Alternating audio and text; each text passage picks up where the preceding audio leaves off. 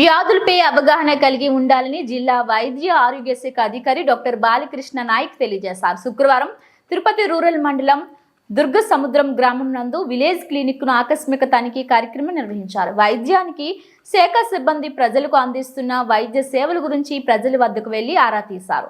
ఈ సందర్భంగా డాక్టర్ బాలకృష్ణ నాయక్ మాట్లాడుతూ ప్రతి శుక్రవారం ఫ్రైడే డ్రై డే కార్యక్రమాన్ని నిర్వహించాలని కోరారు. ఇంటి పరిసర ప్రాంతాల్లో మురికి నీళ్లు నిల్వ ఉండకుండా చూసుకోవాలన్నారు. మురికి నీళ్లు నిల్వ ఉండడం ద్వారా దోమలు వృద్ధి చెంది సీజనల్ వ్యాధులు డెంగ్యూ, మలేరియా, చికెన్ గున్యా, టైఫాయిడ్, బోధకాల వంటి వ్యాధులు వచ్చే అవకాశాలు ఉన్నాయన్నారు. వాతావరణంలో మార్పు వచ్చిందని ప్రతి ఒక్కరూ అప్రమత్తంగా ఉండాలన్నారు.